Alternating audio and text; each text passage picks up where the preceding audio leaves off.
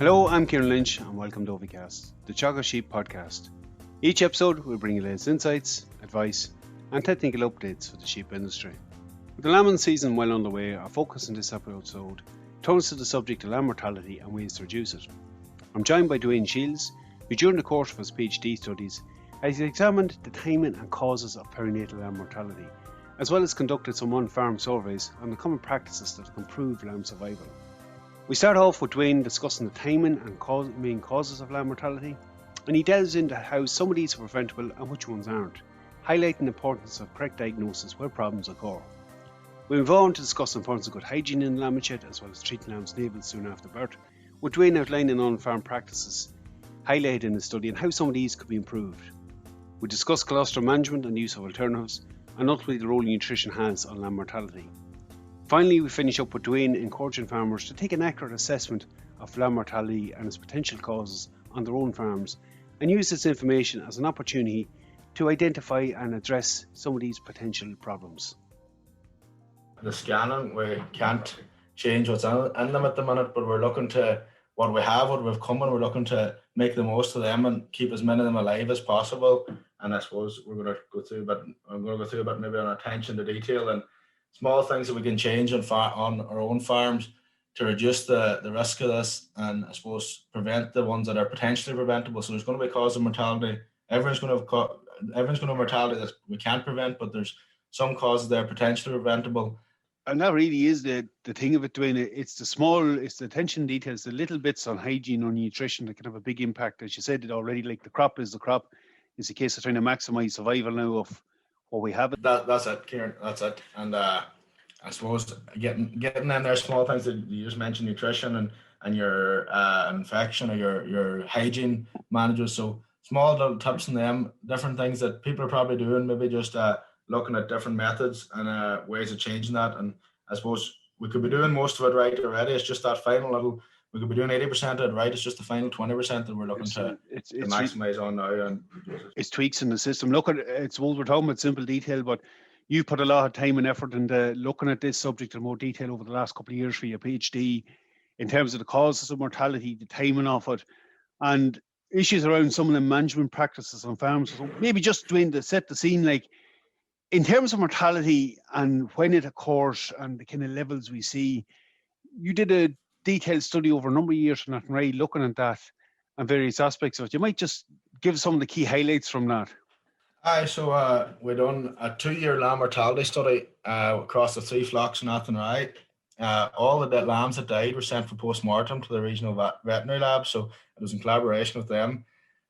We looked at when did the mortality occur and what are the main causes of it, and supposed to identify places then that we could reduce mortality. We could find out when it happened and why it happened, and then by knowing this, we'll be able to, identify the risks and where it can be reduced. So the when it happened first, looking at the neonatal mortality, we've seen that 51.5% occurred before birth. So over half the lambs that died were dead before they hit the ground at all, and 21.5% on the first day, with the remainder 27% then from day 2 to 7. So in other words, as I said, over half of them were dead before they hit the ground at all, and 3/4 in the first 24 hours. So that's the main time frame. That's where the biggest gain can be made, and the biggest opportunity is to reduce lamb mortality, is focusing on this at birth and the first 24 hours.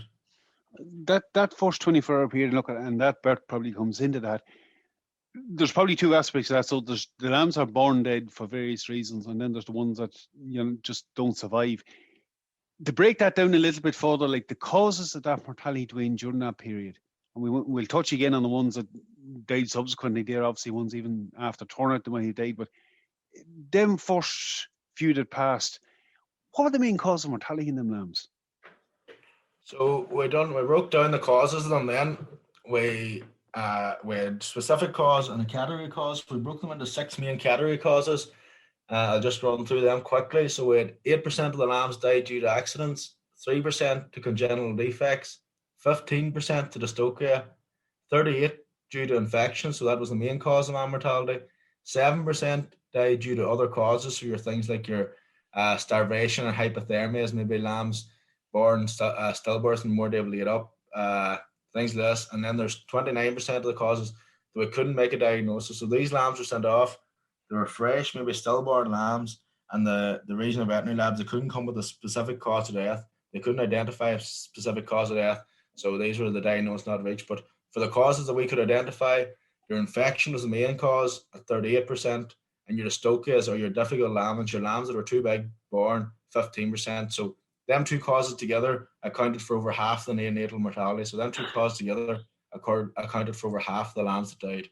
And there are two causes really that your management and your attention detail can have a big impact on. So that's half the lambs we lose. Just before we move off it, like it's important to note there that diagnosis not reached. A third of lambs to go into the Orvales, and these ones, good fresh samples. It's one of them things you have to be conscious of, that not all lambs that go into your region veterinary lab you get a result for, and that's just the law of averages on it. That's it. I mean, they'll do all the tests, they'll do their PCRs, they'll do their tests on it, they'll check every lamb in as much detail as possible, but unless they can give you a specific cause and a cause that they can be sure of, they're not going to give you one that on a guess, and I suppose that's only natural that they're going to look at that there. It highlights the need for follow-up work and getting plenty of samples in the advent of an outbreak of an abortion or something on the farm. It really needs to keep going with samples. Exactly. If we move to the other two, like that infection, right, so that was at birth. I know you broke it down a little bit more afterwards in terms of the timing of when these different categories actually had an impact on lamb mortality. Exactly. So for the infection one there, we can see that 38% of them died due to infection. We split that down into then when the infection occurred.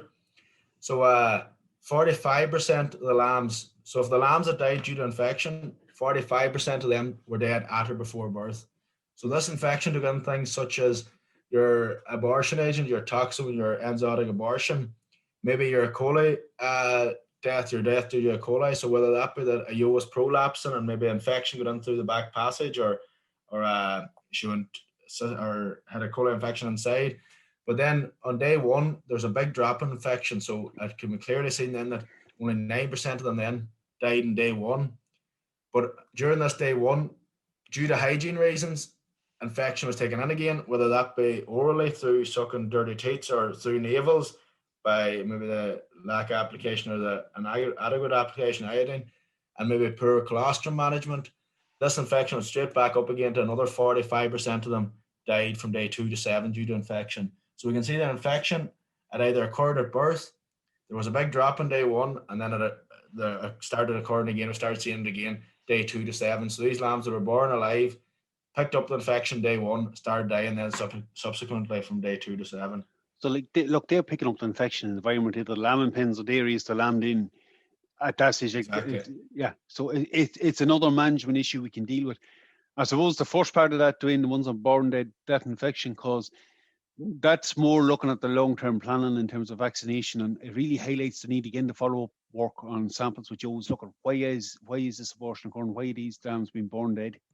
That's it. I think that maybe this abortion maybe largely underestimated, and I suppose everyone's going to have their abortions that due to hurts and that around this time of the year, and everyone's going to have an odd one that's going to throw the lambs before lambing now. But if you start having any worries at all, it can be detrimental. Like I've missed, it's very important. It's a serious importance to get these tested, and the only way you're going to know if you have a problem is if you send these away for testing, whether it be a blood sample from the ewe, get your vet take a blood sample, or send your dead fetus, and the cleaning or the placenta has to be sent along with it, if at all possible.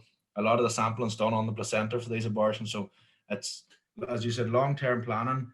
So these vaccines will have to be given prior to breeding. So it's time to introduce them now, or to identify the problem now.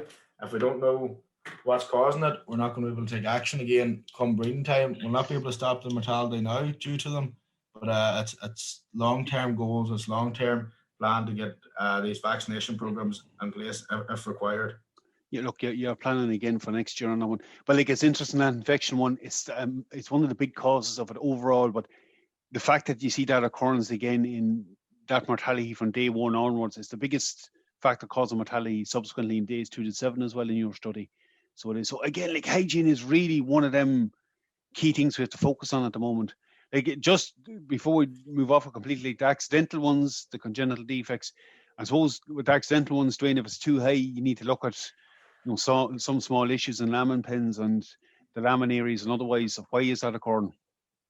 That's it. So that's your ewes lying in lambs and maybe lambs getting hung in lamb pens and things like that. Just if it is getting high there, maybe you're looking at your lamb pen design, as you said there, the space for you and our lamb or pair of lambs, and then the group pens again that you're removing any hazards from it, and I suppose removing that risk then.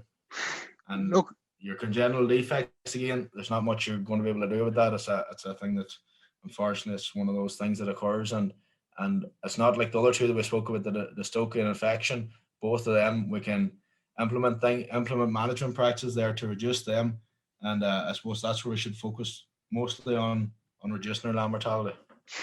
Look, if we go to the ones that we can do something, like the infection one is obviously something you do it, and you spoke there about the ones that are born dead, and that's a more long-term planning strategy, so we'll probably follow up with again on after lambing. But in terms of reducing that infection in newborn lambs, so the mortality you've seen from birth to up to a week of age, what are the key things we can do to reduce that infection? Like, if we just broadly throw out a couple of key areas we need to focus on. So I suppose if we look at the back of the study, we look at the infection again, and we'll focus, I suppose, mainly on infection in the stoker. So an infection, well, we'll start off on the large pen where the ewes lambing down in. I mean, we lamb them down. Everyone talks about these individual lamb pens, getting them clean, getting hygiene right there. It's a large pen first.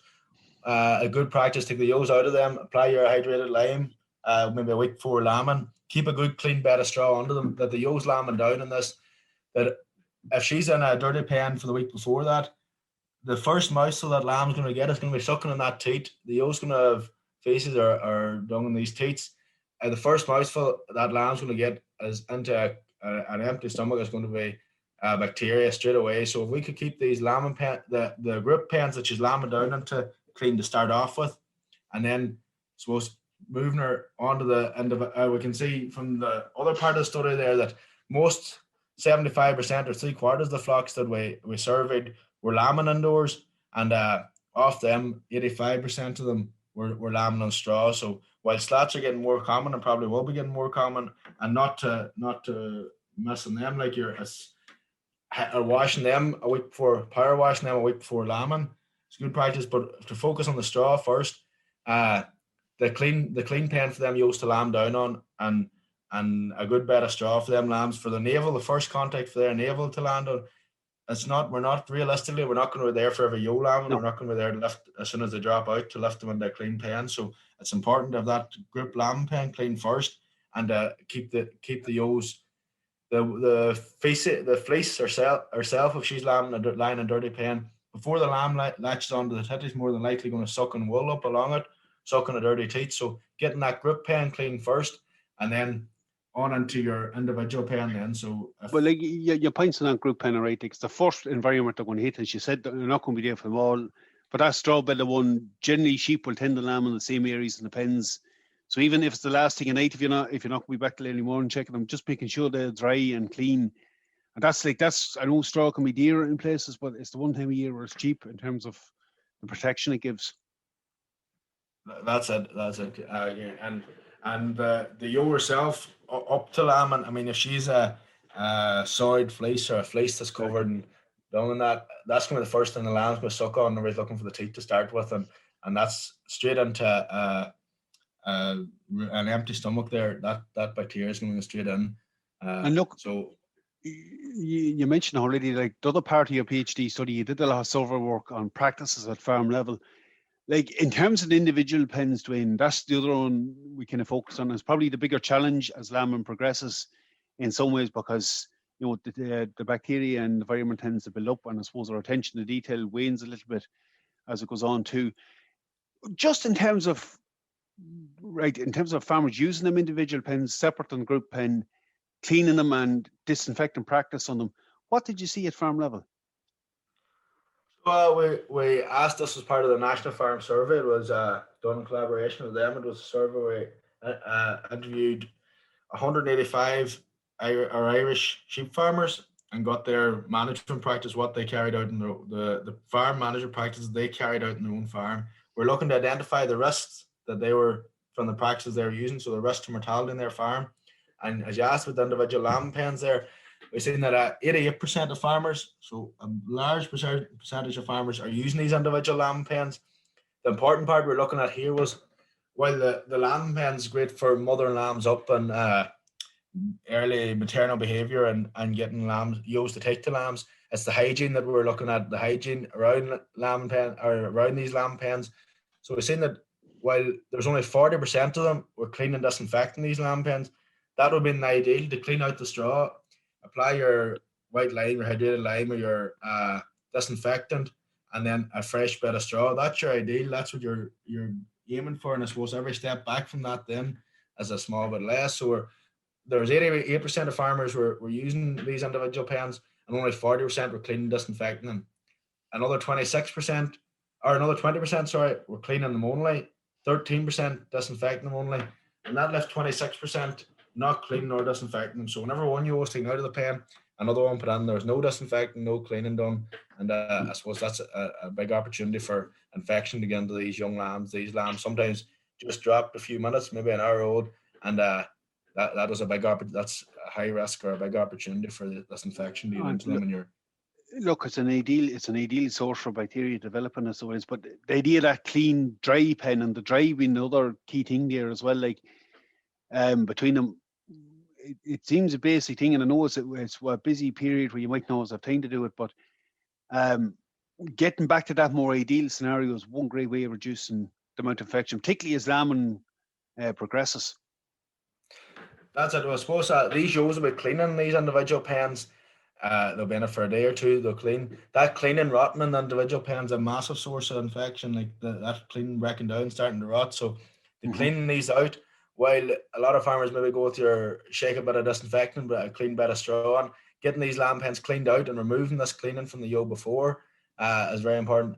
As you said, it's a busy time of the year. There's sometimes there'll be lambs ever, not much sleep and no help about, but clean these individual lamb pens, clean them out, let them dry for an hour or two, go back to your disinfectant, a clean base of straw again, and the few hours labor or a few hours work in the morning, if you're saving a lamb or two every day, or a lamb or 3 or 4 lambs a week, you wouldn't be long paying for them a few hours in the morning. Of course, practically, Dwayne, it'll be a lot easier if they're cleaned out regularly. There'll be less to move every time, so they will. That's it. Like, look, the other big one of this time of year, dealing with the navel iodine spray or whatever version of it you want to use, like as an open source for infection to get into a lamb. What practices were seen at farm level in that survey? So you started with the iodine there. It's fairly well adapted from the farmers we surveyed. We've seen that 12% didn't. There's only 12% of farmers weren't applying iodine to any of the navels, and 9% doing some of the lambs. There's still 80% of farmers applying iodine to all the navels, so they're applying iodine to every lamb, which would be fairly good. Like you're up at 90% if you take the farmers that are doing most of the lambs there. So the biggest opportunity here for us, maybe not on getting them to apply it, farmers doing that, it might be more so on what they're applying. So maybe a stronger iodine solution, going to your 10% or a stronger iodine solution, maybe adding in your methylated spirits or your alcohol to dry up them navels quicker, and maybe changing to a teat dip cup instead of the spray. So you get a little teat dip cup that the dairy farmers use there for dipping the teats in, and that way you're getting the full navel covered. You can slip the navel up into it, turn the teat dip right up into the base of the navel. That's the most important part. You covered that base where the navel meets the stomach. And if farmers choose not to use a teat dip, they choose to stick with spray, that they're not just colouring the belly of the lamb, but they're covering the whole navel, flipping it over and getting the underside of the navel. A good spray covering the navel well. So I suppose, as just to reiterate that, or to end that, it's not so much the amount of farmers that are doing it with fairly good uptake. Farmers are obviously aware of the importance of dipping these navels or spraying these navels.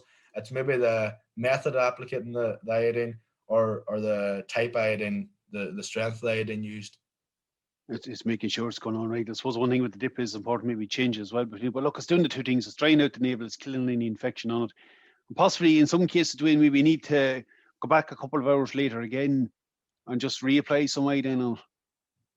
That's it. If you have a fairly good mother there and she's doing plenty of cleaning, plenty of licking of that lamb, you'll often cover the navel well, and next thing you come back an hour or two later, the lamb licked and cleaned is up and the navel's completely cleaned again. She's cleaned it, so it's a good practice again to go back. I mean, it's not for all the length of time it's going to take to, as you're walking along. If you spot any of these navels that are clean, put another good squirt or another good application of iodine on it, and clean it up again. That's going to be the main point of infection. That the mouth and the navel, the two main points of infection, and it's only whenever you start noticing these watery mouths and these joint ills that you take note of that maybe there's a small lack of that. It's a good chance. It's a good chance to get the lambs up again and just check them anyway. Look, it's not a massive investment. That's the one thing about all of this. The investments aren't huge, maybe aside from the straw, but in terms of the return you get from it, it's small. Look, that's, I suppose, the two aspects. So we have the hygiene, we have the iodine. The third key element of that, the colostrum, like giving them the energy to get going first, the laxative of it as well, but particularly the antibody transfer at that stage. Like that's the other vital element of improving lamb survival. Just from that survey again, Dwayne, like what practices did you see at farm level? So again, as you said there, Ciarán, we know that the colostrum is vitally important for the IG transfer and for the passive immunity. And while we looked at the survey, we looked at how they were given the colostrum, the source of the colostrum, and also what type of colostrum it was. So how they're given it and what type of colostrum it was. We've seen that common practice that 73% of farmers were assisting the lambs to suck. 68% were using artificial colostrum, which isn't a problem, like we're not condoning, but 10% of farmers were using this as the only source. So if they own no colostrum or they down the lamb needed colostrum, 10% of them had artificial as their only source. Again, as I said, we're not running that down. It's just important to check the IG source that's in that colostrum and the concentration of it. So you're looking for antibodies that are U antibodies in it. You're not looking for a supplement, a colostrum supplement. You're looking for a colostrum substitute, and that you're not supposed to let us drive these good advertising and these nice convenient products. That you're looking what's in this colostrum. And again, if you have if possible, if there's any colostrum, this artificial colostrum, you're pulling it with the ewe's own colostrum. That if you have ewe lambs down at triplets there, you're not giving their own colostrum to two of them and running out then and giving a artificial to the other one. That you're pulling the artificial in with the other two, mixing and giving the three lambs some of her own and some of the artificial. Look, what it is doing is giving you that source of energy. It's giving you the fluids, but your point on that triplet example is very valid to ensure that they get some of their own mother's colostrum, or maybe just even a freshly lambed single ewe or otherwise from your own flock that has been on the same vaccination program. Yeah, that's it. So as I said there about the pooled colostrum, it's that they get some of their mothers are it's good practice, like that colostrum. If you have a ewe lambs down with a single good bag of milk, that you're taking a sample off her, you're taking ensure that her own lamb gets enough first, then you're taking enough. That there will be fine chilled in the fridge if you have a fridge in the farm. That'll be fine chilled for up to 24 hours and can be used then. Or if you're lambing early, the first few lambs, if you can get colostrum, get a litre off her, ewe lambs down with a single. There's great chance there now with small Tupperware boxes, or I've seen different ones there, ice cube packs, put it into the ice cube pack, freezing it then, and you can tear off five of them. Might be your 250 ml, they might be 50 ml each ice cubes. Tear off your 5. You're not thawing the whole pack of colostrum you're frozen. You can tear off enough for whatever many lambs you want. They're very easy to thaw then in them small ice cube packs as well.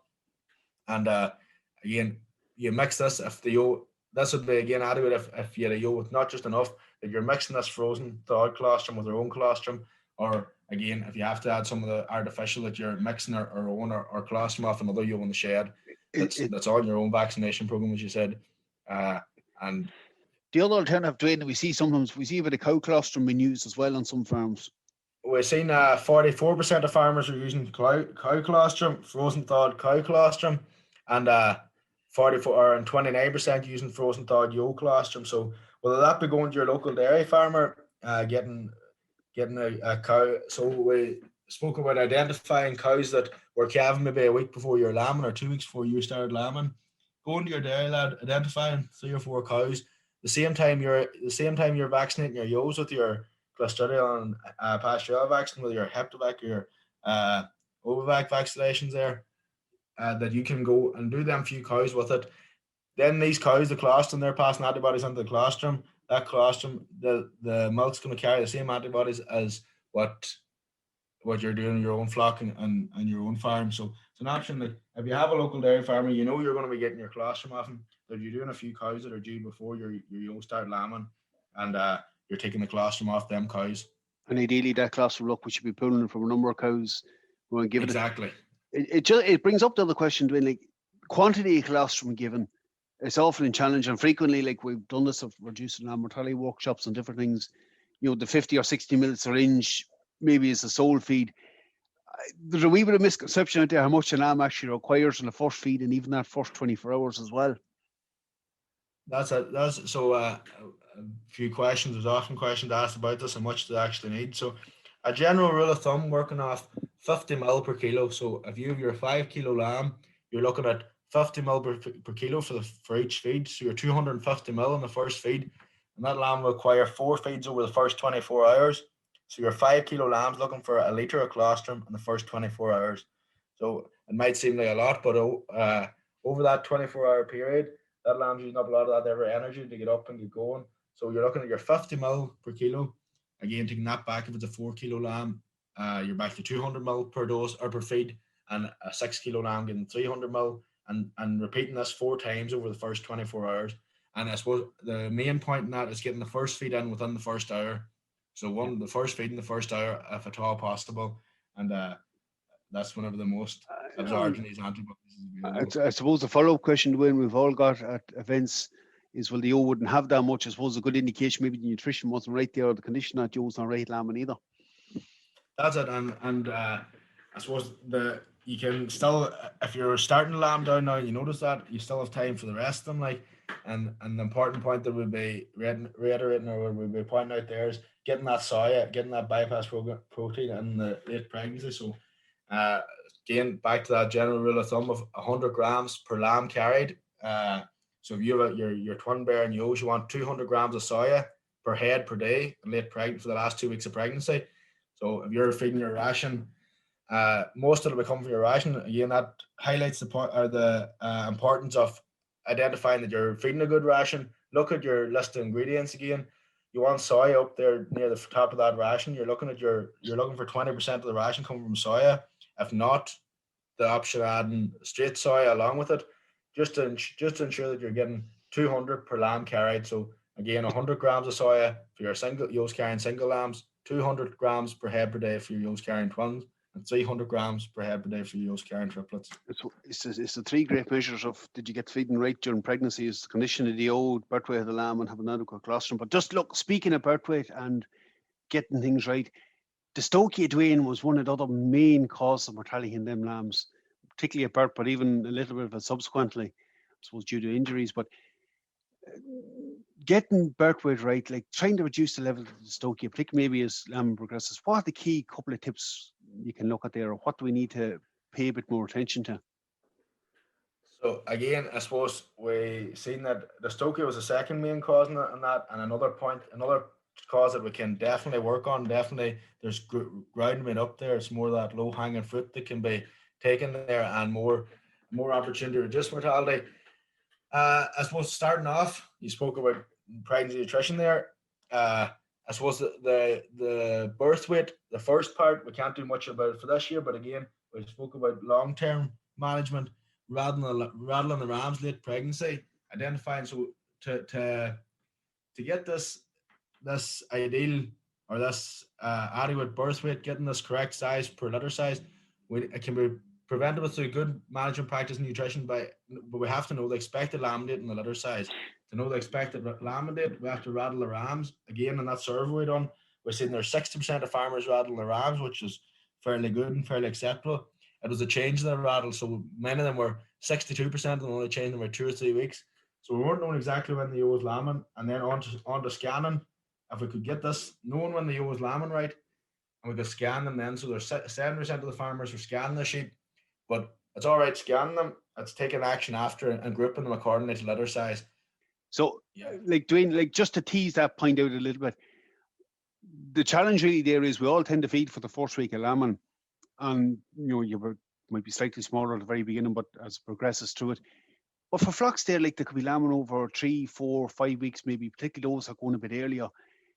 the yolks at the tail end of that lamb are on the high level of feed for a long time. So they could have consumed up to 30, 40, 50 kilos in some cases, depending on their lamb, if they're not actually split out on the basis of lamb date. And that's where the big challenge comes in.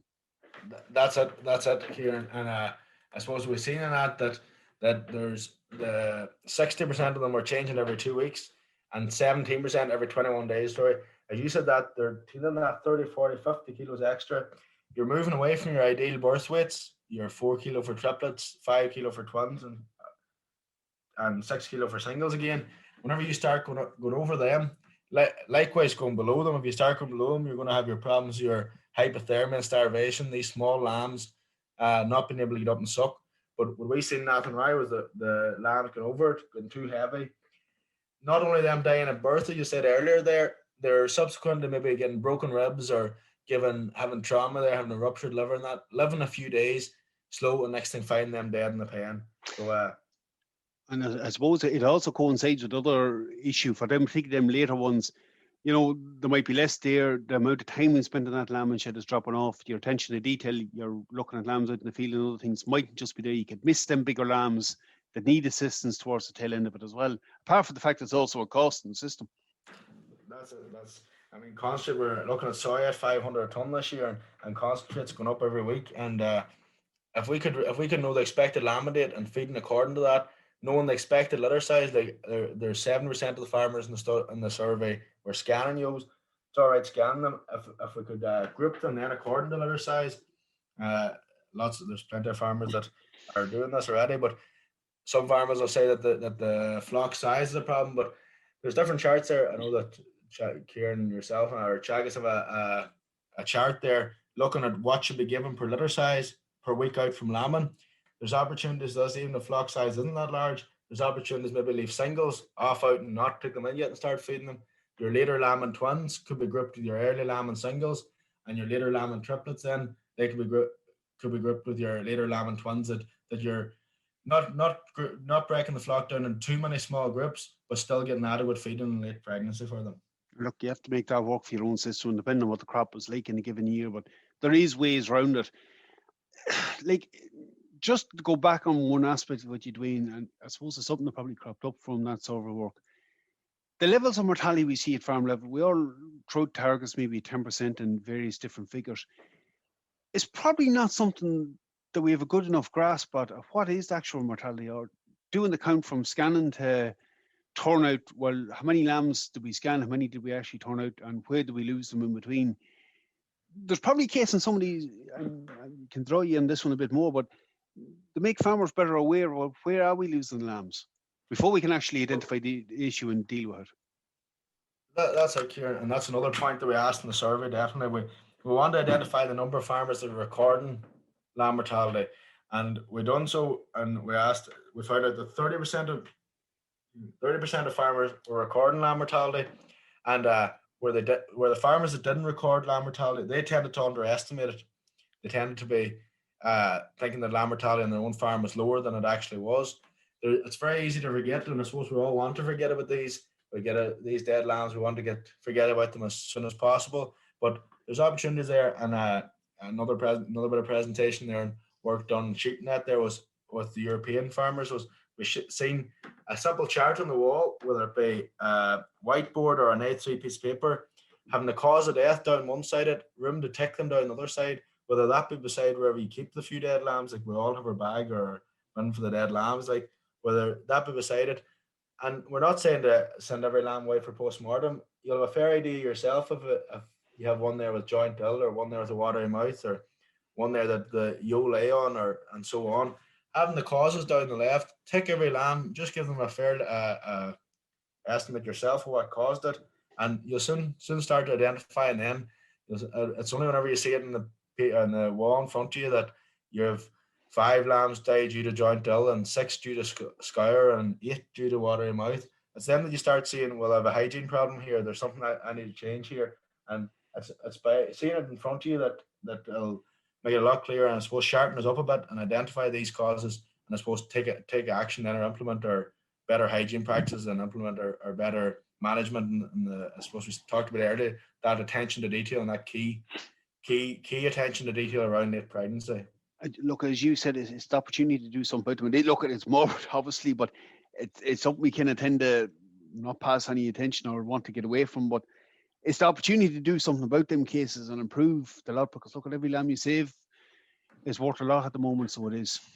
It is with the price of that sheep worldwide at the moment. I suppose at the time of this year study we were looking at it. We don't know some of the calculation economics as it in the calculation of time, and 1% across the flocks in Ireland, if we could all lower mortality by 1%, it was worth 3 million extra to the Irish sheep sector. And I suppose that opportunity is there by looking at these small changes we can make, and looking at these small attention to applying these small bits of management practices and that attention to detail that we talked about.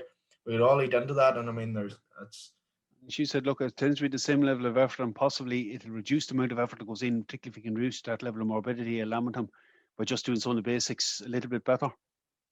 That's it, and we spoke about them there. Like, if we can increase the late pregnancy nutrition, getting them strong, healthy lambs born, getting them up, having the enough colostrum to get into the lamb, then not having to go make bottles, not having to go stomach tube lambs, then not having to treat your navel ills and your joint ills out in the field. I mean, these small things takes a bit of time, maybe a bit of effort to get the late pregnancy nutrition right, getting the colostrum quality right, and I suppose the hygiene then. It takes a bit of time at the start, but it's going to save a lot of time and a lot of money. I suppose it's the case of stitch in time saves 9. You're implementing these small changes early on to save yourself a lot of time and money with treating these. That your prevention is better than cure on a lot of the cases. I think that sums it up exactly, Dwayne. Listen, thank you very much for your time today, Dwayne. We'll certainly catch up with you again later in the year on some other aspects of this. It's our job. Thanks very much, Ciarán. Thank you. We're going to finish things up at this point again, as Dwayne highlighted there. The need to address some of the issues at farm level is often just tweaking some of the very basics in the areas of hygiene, clostrum management, correct treatment of navels. And if a problem does occur this spring, we encourage you to make use of RVLs, make use of your local vet, and identify the issue and try and address some of these on your own farm to improve lamb survival, because ultimately it has a big impact on your productivity for the year. That's it for me for this episode. Again, for any other updates from the sheep programme, keep an eye on our Twitter page at Teagasc Sheep. I'm Ciarán Lynch. Thanks for joining us. Don't forget to subscribe and listen in to any of our episodes.